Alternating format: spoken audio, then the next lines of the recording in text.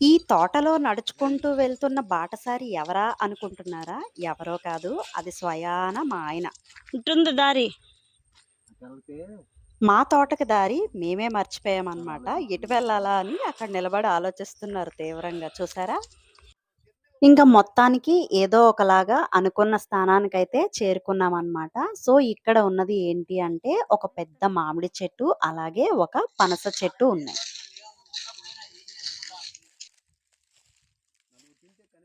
ఇలా పడిపోతాయి. ఇవే పనస. ఇది ఇక్కడొకటి, ఇదిగో ఇక్కడొకటి.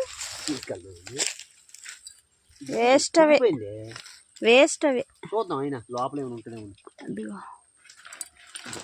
దీనికి ఒక్కటే ఉంది. నేను ఇది చూసి ఒక్క కాయే ఉందనుకున్నాను. కానీ ఈలోపు మా ఆయన చూపించారనమాట. పైకి చూస్తే ఒక్కటే ఉందనుకున్నా. చూడు పైన ఉంది. అవే ఈ పక్కన ఉన్నాయి కదే. ఒకటి ఇదొకటా ఇదొకటా ఇగో ఇక్కడ ఉన్నాయి చూడు. ఇగో రెండు పెద్ద అల్లో ఈ చెట్టుకి ఎప్పుడూ కాయలు కాస్తాయి. కానీ ఇవి ఈ సైజ్ కన్నా పెద్దవైతే అవ్వవు. మరి ప్రాబ్లం ఏంటో తెలియదు. మా వాళ్ళు కూడా ఎప్పుడు పెద్దగా పట్టించుకోరనమాట. పిట్టలు, పక్షులు, ఉడతలు ఇలాగా అవే వచ్చి తింటూ ఉంటాయి. వాటికి సరిపోతాయి. సో, ఇగో మా ఆయన ఇక్కడ చూసారా? ఆ కింద పడిపోయిన కాయని పగలగొట్టి ఆ స్టేజ్‌లో ఎలా ఉందో చూద్దామని చెట్టుకేసి కొడుతున్నారు. చాలే పద. వస్తుంది అదే అంటున్నా.